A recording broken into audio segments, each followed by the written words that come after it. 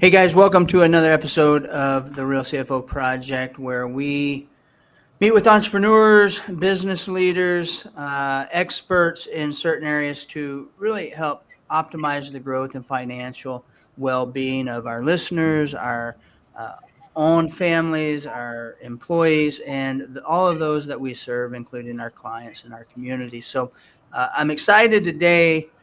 We don't have a numbers guy on. We've got an HVAC guy, but he's a young entrepreneur, and he's getting in and doing things the right way. So I'm excited to hear his story and the advice he has for uh, you guys, and really looking forward to it. Carter Henrie, appreciate you being on, man. Yeah, thank you for having me. I'm excited to share the knowledge I've got, and hopefully it helps somebody. So Yeah. Oh, I know it will. Carter and I know each other from a group we both belong to, Real Business Owners. It's a group of solid folks folks at different levels, right? Some have been in the game for a long time. Some are just getting started. Like Carter, he's been in a few years. I've been in kind of middle of the road. And there's some, old guys, we call them legends in there. So, Carter, why don't we start off by just telling everybody a little bit, about you, where you're from, what your business is, and kind of how you got started in that. yeah, of course. So I'm out of Salt Lake City, Utah. Born and raised in Utah. Haven't really left the state too much. I've been in the heating and air industry since I was about 16 years old. I've always worked and kind of believed in working for my money. So when I was 14, I actually started working at a restaurant, worked there for a few years, became a manager, and then my dad kind of gave me the ultimatum to drop out and go work full time. And I think he thought it would be kind of threatening and scary sounding, or go to school full time. To which I said, awesome, I'll go do HVAC. So my older brother did HVAC, and he kind of got me onto it. I got my GED, and by the time I was 18 years old, I was running my own truck and just kind of probably messing more stuff up than I was doing correct. But I was grateful the boss I had gave me that opportunity.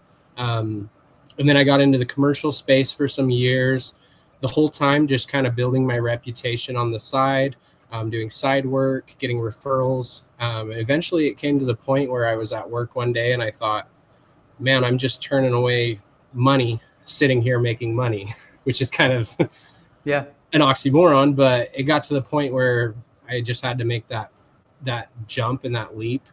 And so I took some days off from work, told my boss I was sick, whatever. Luckily, my boss was a good mentor and buddy of mine. And so he gave me the time off, and I just said, I need X amount to buy uniforms. Once I have uniforms, I will feel legit, like I am a complete company. So I went door to door and almost didn't knock at this house just because of kind of a sketchy exterior. All the windows had tinfoil on them and everything, but I noticed it's the middle of the summer and every window's open.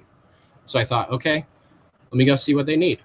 And just that first customer, kind of on my own, door to door, we were able to sell that job, and almost within the dollar amount, I got the exact goal of what I was trying to come up with for my uniforms. And that right there just kind of showed me, you just got to start. You got to try. You got to start wherever it means. And so that day I called my brother. He was still working electrical. And I said, hey, can you put your 2 weeks in and come work with me? And he said, are you sure? I said, yeah, we got this. And he blindly followed me. And fast forward 4 years from now, we've grown. We've brought employees on. We've failed. We've spent a lot of money doing it, but one thing that's stayed is keeping our reputation up, building that brand. And I think it's something that we don't even recognize to this day, the great reputation we've built. No, that's awesome. And we'll get into that and how you built that. But what was that final, right? Because it just doesn't happen overnight. Most of us, especially that have been in the business, we started working for somebody else, or we found a solution for something, but there's that fear. There's the girlfriends, the wives, the kids, the family, the imposter syndrome, all of that stuff. So typically it's a process, right? It's not just hey, one day hey, why don't I just go do this for myself and say, okay, boss, can I have a day off? I mean, it probably built up. So, I mean, what finally allowed you to get rid of that fear that, I will say there was two kind of key moments. The first one was I was working on a commercial project, and the tile guy, the one doing the acoustic ceilings, was about my age. He had a nice truck that was paid off, and he was telling me, yeah, I've got one other crew running this job. I'm going to run this job for 2 days, and then I'm going to head out fishing for 6 days between these jobs.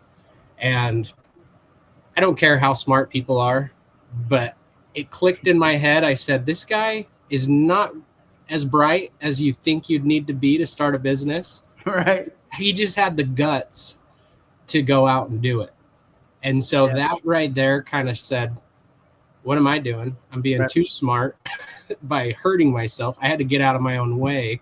Yeah. The second key moment was actually reading Rich Dad, Poor Dad. And I listened to the whole book at work one day, start to finish. And it just really clicked in my mind, well, where wealth comes from and the process to build wealth. You're better off starting now than later. Yeah, that whole compounding effect, right? It's real. It's not just on interest rates. It's real. You know, on everything you do. You start early, you get more time to win big. So that was 2021 when you got started, right? Yep. And it's been all roses since then?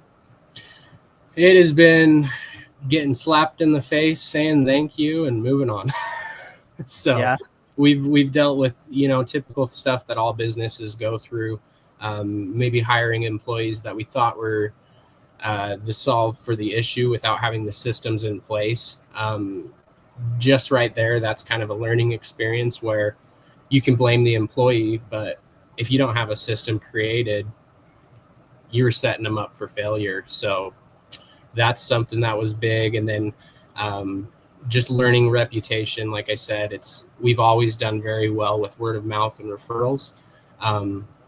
Something I'm really locking in this year and this quarter especially is how do we nurture that? So.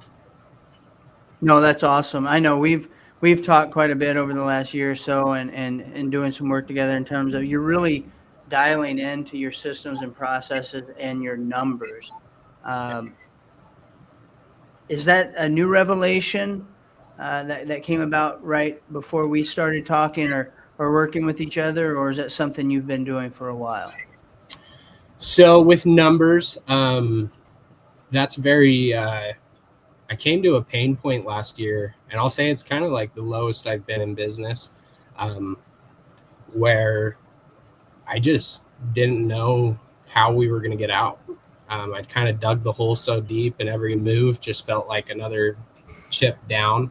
And it wasn't until I realized facing the problem is the way to solve the problem. So you can always do more work, more business. It doesn't mean you're going to get out of a financial situation. So I'd say it's a newer kind of thought process, being on my numbers way more than most people are, but knowing that bottom line provides you kind of a sense of security to a degree, just knowing what your break-even points are. Yeah. And then it's being go ahead, man. Sorry. And then just being okay, losing money in the sense that it's for knowledge and for growth. Yeah, I tell you, I made a post today regarding, there's two directions you can run when shit gets real, right? You can run away from it, and if you do, it's going to keep chasing you. Yeah. Right. And you're never going to solve it. You're running from the pain. It's kind of bearing on you, creating anxiety, stress, depression, bad eating habits, all the stuff that goes along with that. Or you can turn around and say, you know what? I got this, and run right towards the son of a bitch and handle it, address the problem, go through the pain and everything. And you're going to get to the other side because it's moving. You're going to get through it. Scott Ramage always says the story of the buffalo, right? The buffalo turns and runs towards the storm because they know they can get through it faster Yep. and handle it if they confront it. The cow just keeps on running, Yeah. and the storm keeps running right over it. So, Yeah. in the financial context of business, that's what knowing your numbers are. And people don't want to do it because they got money in the bank. Everything's good until that AP goes in and it's 25,000, and that's not out of the bank account yet. And you're like, oh, I don't have enough. Let's pick this one. Let's pick that one, right? Yeah. And then it becomes real. And but it's easy when you're comfortable. It's easy to just be okay and Yeah. not focus. So I admire that you're going in and looking at the numbers and diving in deep and know where your business is. The other thing is, it's just like writing down your goals or writing something down or having an accountability partner and say, I'm going to do this. Yeah. If you're looking at your numbers, you create that budget, it's going to drive you. Yeah. It's going to push you to hit your marks, because you are a competitive person. If you go into business, if you throw on that entrepreneur hat, that, hey, I'm going all in, you're competitive Yeah. to a large degree, more than 90% of the folks that are out there, I think. Yeah. So looking at the stats, it drives you. Yeah.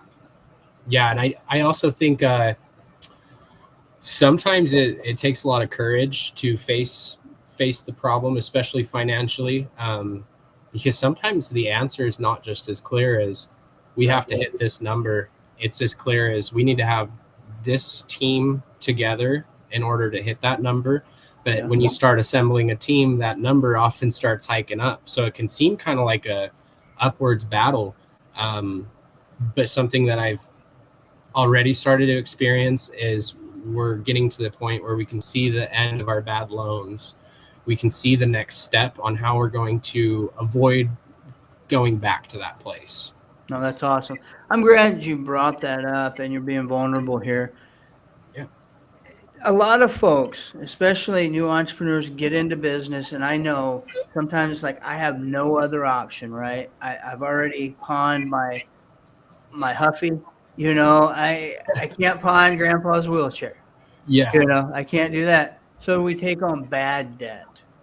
Yeah. Can you kind of just not your specific situation, but just in general, what is bad about some of these loans that are out there, and knowing that, capital, you might have to get them. Yeah. You might have to go get them, but what's plan B? How do we get rid of them as fast as possible? So just kind of explain how that kind of handicapped you guys a little bit. Yeah. So we've got a very high interest loan.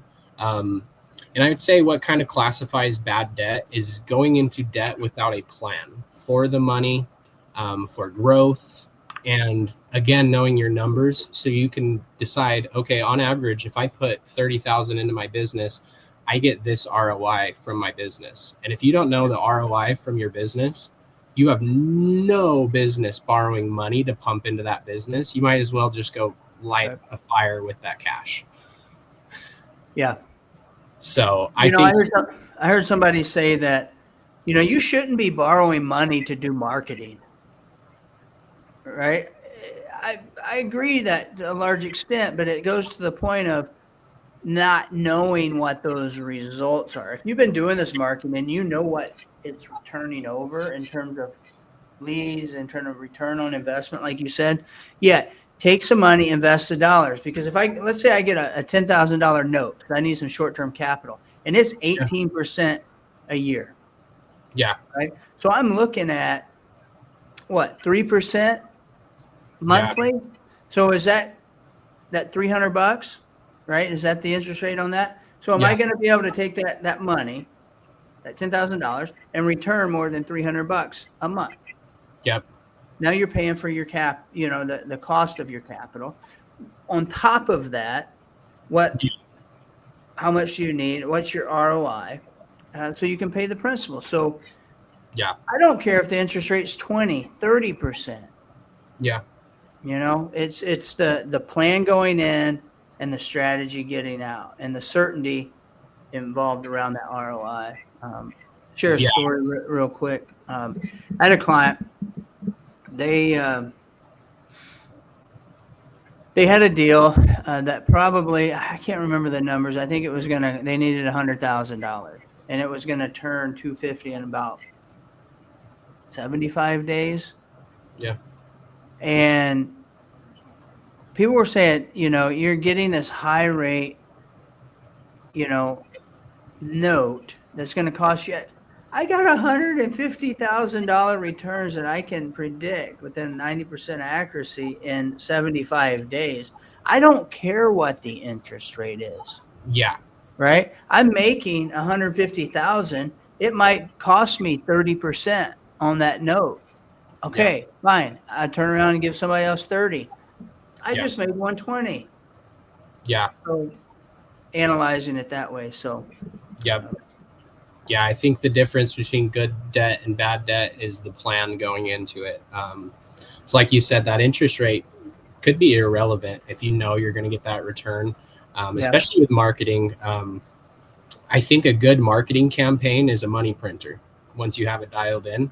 Because once you get that ROAS data, it's like, as long as we keep this campaign successful, we are essentially trading money for money.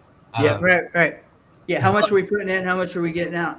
Yeah, Yeah. the problem is people say, hey, Carter, you have a marketing agency over there. I see your TikToks. You look awesome. You're doing great. I'm going to give you the $10,000 to run a campaign for me. Yeah. Having never done it, never talked to anybody about results. You Yep. might as well just put that $10,000 through a shredder or whatever the number is, right? Uh-huh. But if you have something that's been working for you and you've been spending $100-200 a month on it, doing it yourself, Yeah. it's predictable. Throw gas on it, Yeah. right? Yep. That and that's two different things because I've been on both sides of it. Yeah. I mean, I'm not speaking just to speak. I've Yeah. lost a lot of money, and I'm sure you probably have too, investing in some marketing. Like, Yep. And that's I always tell people is, I'll kind of joke, over the years we've done almost probably around $1 million in revenue just in our total lifetime. And I always tell people, you can listen to my advice. I've only spent about $1 million to get it. right? It's just like all this money, like we're not crazy profitable. I didn't make $1 million over the last 4 years and have 850 sitting in the bank. So yeah, I know. A lot of it was just, you got to spend it to learn. If you're quick about learning and seeing the numbers, you can reduce that pain. But with marketing and especially, you're just dumping money. No, it's you have to spend it to learn, but sometimes you have to lose it. Yeah, definitely. Right. I mean, it's there's nothing that'll drive you harder than and make you cement a lesson more than being on the losing side of it, especially as a competitor. That's awesome. There's one thing I wanted to hit on before we go is the Texas fail mentality. Yes. I'm interested in what that is and how that's even applies to anything, right? Being from Utah. Yeah. So the Texas fail is something I heard from a mentor a long time ago. I can't remember who exactly, but it always has stuck. It's basically putting all of your effort and energy, burning the boats, going all in on something, knowing that if you fail, you will not be ashamed. You're going to brag. You'll sit around a table. And I just think about a bunch of Texan businessmen saying, I just lost $100 million, and laughing about it because they'd set their goals so high that they had the opportunity to fail at that level versus somebody who maybe just plays easy. They don't have the opportunity to fail at a level that they brag about. So if you have your tail between your legs and your business goes out bankrupt, like let's say back in December when I was kind of at my lowest, all sorts of thoughts are going through my head. I'll just run away to Cuba, whatever. But those moments, if I would have quit and thrown in the hat, no matter what my next venture was, I would regret it. But if I just kept going, kept through getting punched in the face, and I failed, just couldn't make payroll one week, just had to quit, but I knew I did everything. I'll brag about that. That's a Texas fail. So that's what the Texas fail. I love that story because I think everybody should shoot for that. You don't got to take life too serious. I think you should tap into your full potential, and if you fail, then that's something to brag about because you were doing something great. So No, that's awesome. I love that mentality. yeah. I was in a different circle. I was in a men's group at church the other night, and we were talking about if we put our full faith into something, what does that mean? That means you can release that stress, that baggage, that everything on you, whether it's your God or your business or whatever. You put your full faith in that. It does a lot to relieve that pressure because whether I fail or not, I'm winning. Yeah. Right. I think that's awesome, man.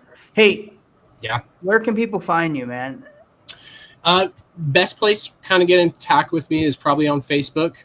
Just Carter Henrie, search me there. Obviously, if you're in the Salt Lake City looking for HVAC, Henry's Heating and Air, find us there. But most of the time I'd be posting on the socials. Always DM me, ask me for advice. I always like to joke with people. If you ask me for advice, I'll tell you more information than you want to hear. So yeah, well, be sure to reach out to Carter. He's got a good story, and he's a good business person and does things the right way for his clients and his team. So any parting words of wisdom that you'd like to share with the folks today, Carter? I'd say the last key thing I try and tell everybody is just be yourself. People like doing business with who they like. That you probably hear that all the time in the business industry, but it is very true. So if you can be yourself, your life's going to be a lot easier. Yeah, just be authentic. No, that's good stuff. Hey guys, we appreciate you listening. Again, every week we try to bring on people or do solo podcast. The goal is to optimize the growth and financial well-being of those who listen, that we serve our clients, everybody. And hopefully, you were able to pick up some nuggets from this conversation with Carter. I know I did. It's always good to reflect and see where people are now, because you were once there. And you know what, as a business owner, you're probably going to end up there a few different times, right? Going through that cycle and that peaks and valleys. So anyway, we appreciate you all. Until next time, we'll see you. Thanks, Chad.